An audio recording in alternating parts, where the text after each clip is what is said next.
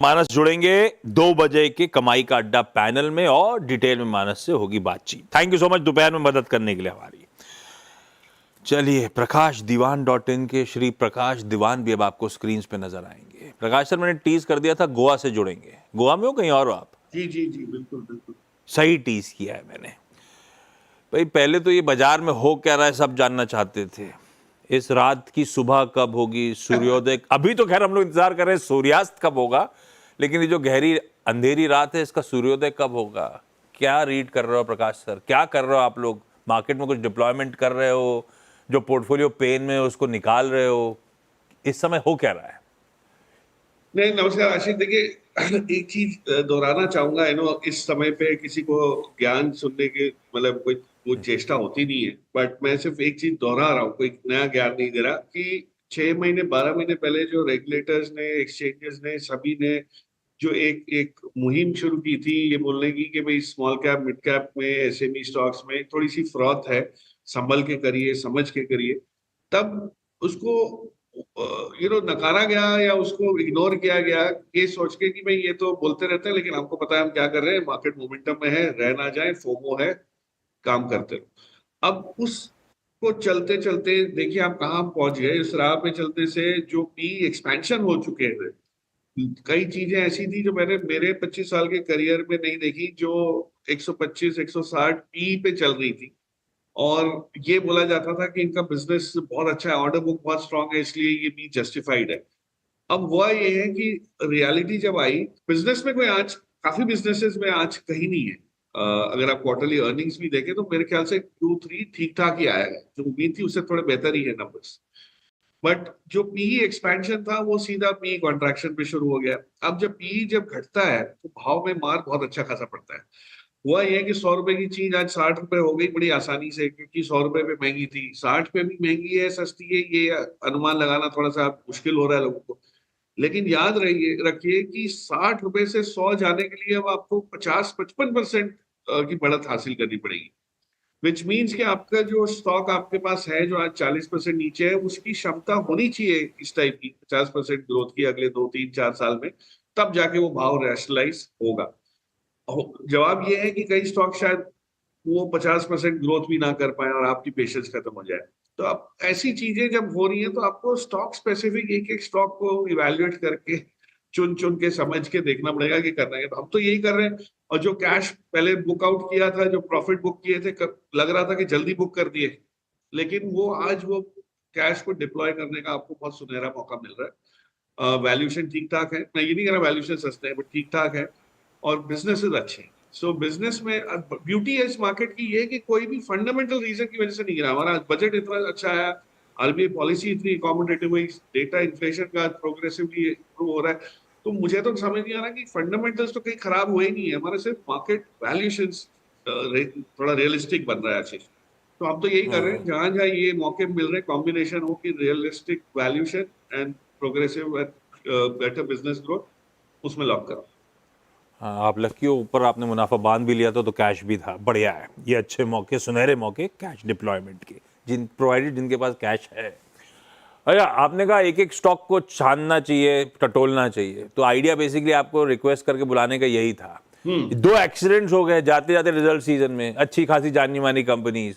पहले दीपक nitrite screen पर लिख रही है डायरेक्टर साहब, 5% आय गिरी एक्सपेक्टेशन से दबाव, इबीटा 45% गिर गया जबकि स्ट्रीट फ्लैट से 20% तक दबाव मान के चल रही थी। मार्जिन कोलैप्स कर गया, 15 वाले 18% पे आ गए, सब बोल रहे थे 15 वाले चस के तस ही रहेंगे या 15 के 12 13 14 इस तरह की एक्सपेक्टेशन थी। हर पैमाने पे नंबर्स कमजोर, और दिक्कत ये कि एडवांस इंटरमीडिएट्स हो, फिनोलिक्स हो, दोनों में दबाव, खासतौर पे एडवांस इंटरमीडिएट्स के मार्जिन बहुत तगड़ा प्रेशर झेलते हुए। दीपक, अब ये दीपक नाइट्राइट जो इस तरह का दबाव दिखा रहा है, कमा के बहुत दिया है, बिजनेस अच्छा था, सिक्लिकल से ज्यादा लगता है, कैसा लग रहा है दीपक नाइट्राइट सर? गिरावट में इसमें पैसा डाल रहे हो या नहीं डालना है? क्या व्यू बन रहा है नतीजों के बाद आपका?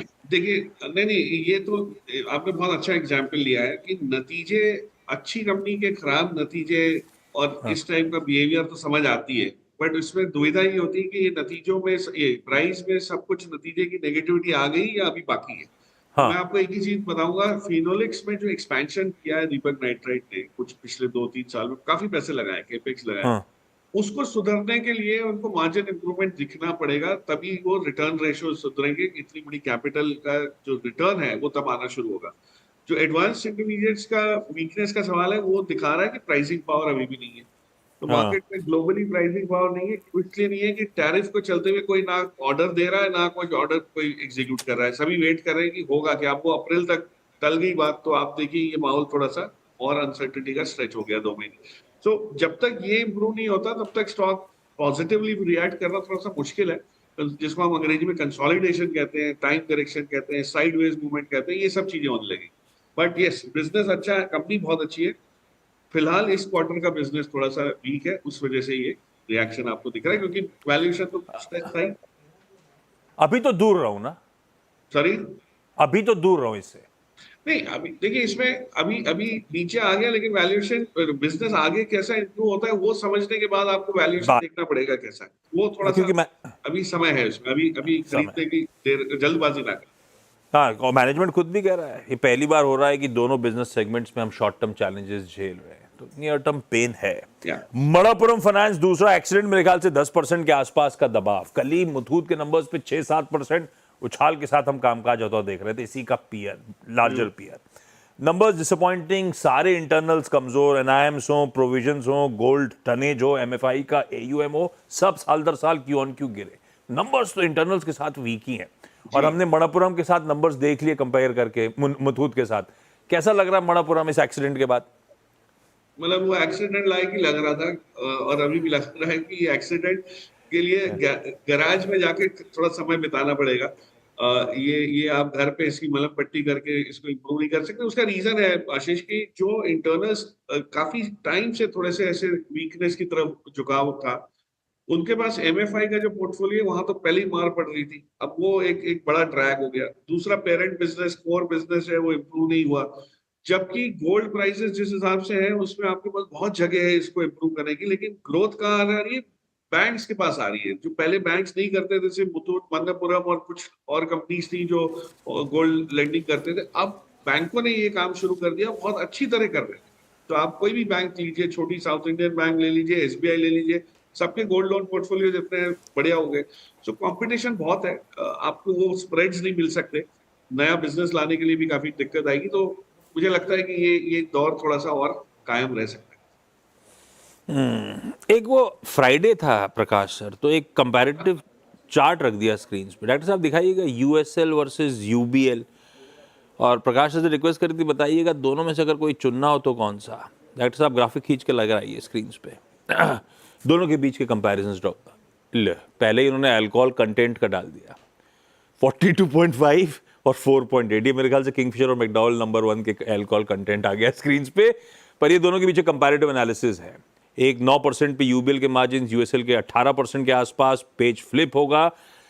ग्रोथ रेट्स यूबीएल के बेहतर रहे हैं, लेकिन प्राइस अर्निंग मल्टीपल्स जो कमांड कर रहा है यूबीएल यूएसएल से कहीं ज्यादा। प्रकाश सर, दोनों में से कोई एक विकल्प चुनना हो इस इंडस्ट्री में, आपकी पसंद क्या है? नहीं, तो ये मैंने पहली बार एनालिसिस देखा है जिसमें अल्कोहल कंटेंट का भी समावेश हुआ है, तो उसके लिए बधाई इतनी डेप्थ में जाने के लिए।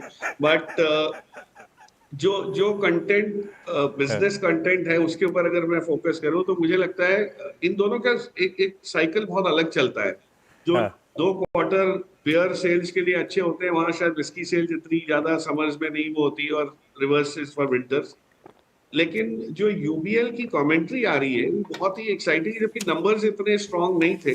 बट जो गुप्ता साहब ने अपने सिस्टर चैनल पे, अंग्रेजी चैनल पे एक बयान दिया और जो बताया कि हेनिकन का ग्रोथ कैसा हो रहा है, उससे लग रहा है कि कहीं ना कहीं इसका मल्टीपल हाई ही रहेगा। लेकिन मैं वैल्यू इन्वेस्टर हूँ, मुझे इस मल्टीपल में थोड़ा सा इस टाइप के मल्टीपल से परहेज है, क्योंकि हाँ। गलतियां वहां ज्यादा होती है। USL on the other hand, एक मैनेजमेंट चेंज की वजह से थोड़ा सा वो लग रहा है कि आगे चल के हाँ। अब क्या होगा। But I think is far better placed, premiumisation वाले जोन में है, और जो सेल्स ग्रोथ आगे चल के दिख रही आ सकती है डियाजियो के आने के बाद, और जो ग्लोबलाइज हो सकता है। और अगर यूके के साथ कोई अग्रीमेंट हो गया तो यहाँ से माल आपको यूके भी बिकने लगेगा, यूके से माल यहाँ आने लगेगा। तो ये जो यस। चीजें हैं ये बहुत पॉजिटिव हो सकती है। So I would still prefer USL as compared to UK. हाँ बिल्कुल ठीक। और FTA वो फ्री ट्रेड एग्रीमेंट अगर हो जाता है तो सोने पे सुहागा। Prakash sir, thank you so much जुड़ने के लिए, मदद करने के लिए और बढ़िया तरीके से सारे इंपॉर्टेंट स्टॉक्स माय प्लेजर। बातचीत करके समझाने के लिए करना क्या चाहिए। ब्रेक ले रहा हूँ, ब्रेक के उस पर जब लौट के आऊंगा तो क्विक